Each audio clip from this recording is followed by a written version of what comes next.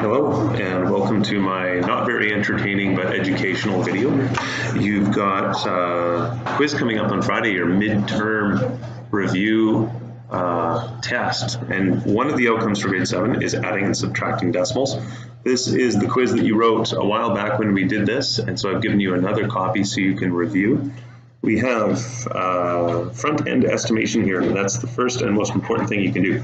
Front-end estimation means giving a quick estimate when you start off to see what an answer should be. This is the first thing you should do on every math problem, and I find every year that only about 20% of the kids ever do.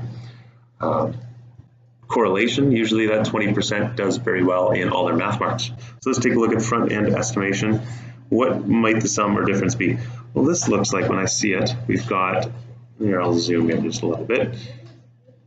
This is really close to 6 or 5.8 and 4. So I mean, really, I would estimate this about 9.8 or so. Or if I said 6, oh wait, that's a minus.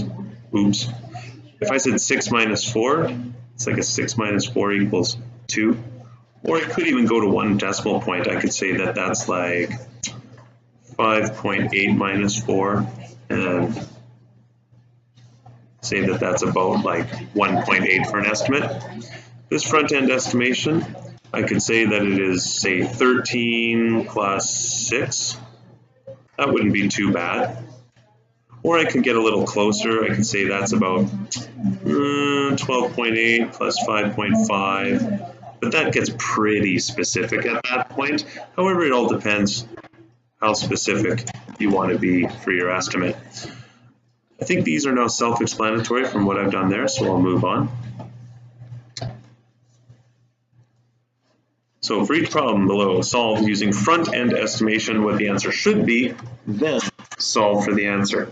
So if you just solve it, you're only getting part of it right. We are going to try to estimate first and see what kind of damage we can do with that. So Michael's on vacation.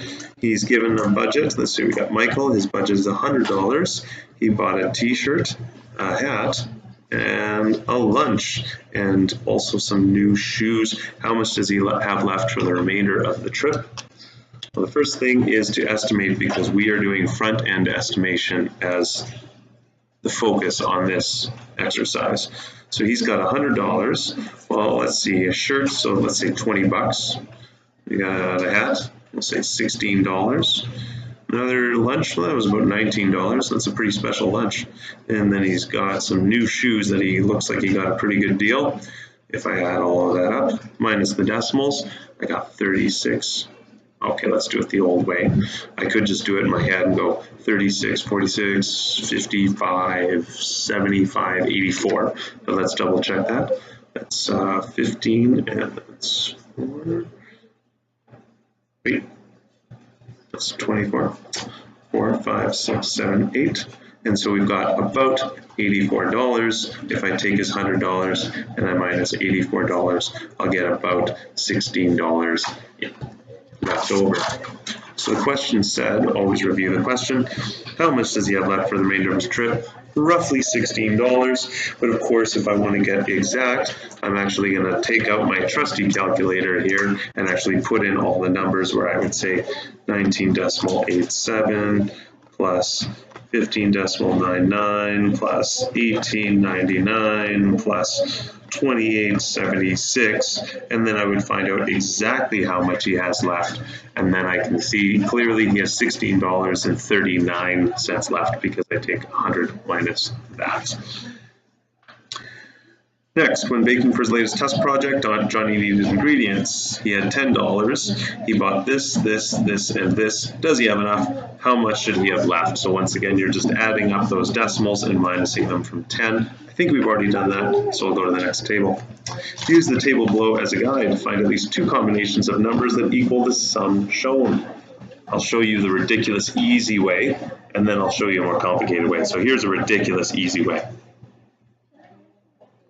I always love showing students this because then they go, oh my gosh, you're kidding me.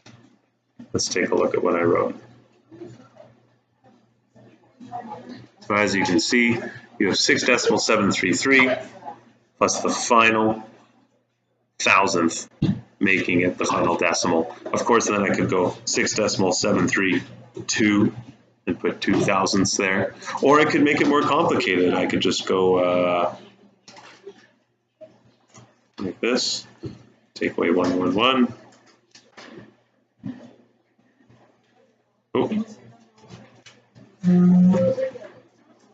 Those will also add up, but basically all you have to do is find two numbers that equal, oh, I messed up on that. I need two numbers that equal 4, starting up. Here I'll do two numbers that equal 4, a number that equals 3, a number that equals 7, and then two numbers that equal 6. Because if I have that, look at that, that's 4, that's 3, that's 7, and that's 6. So I hope this helps. That's adding and subtracting decimals. This will be on the blog for you.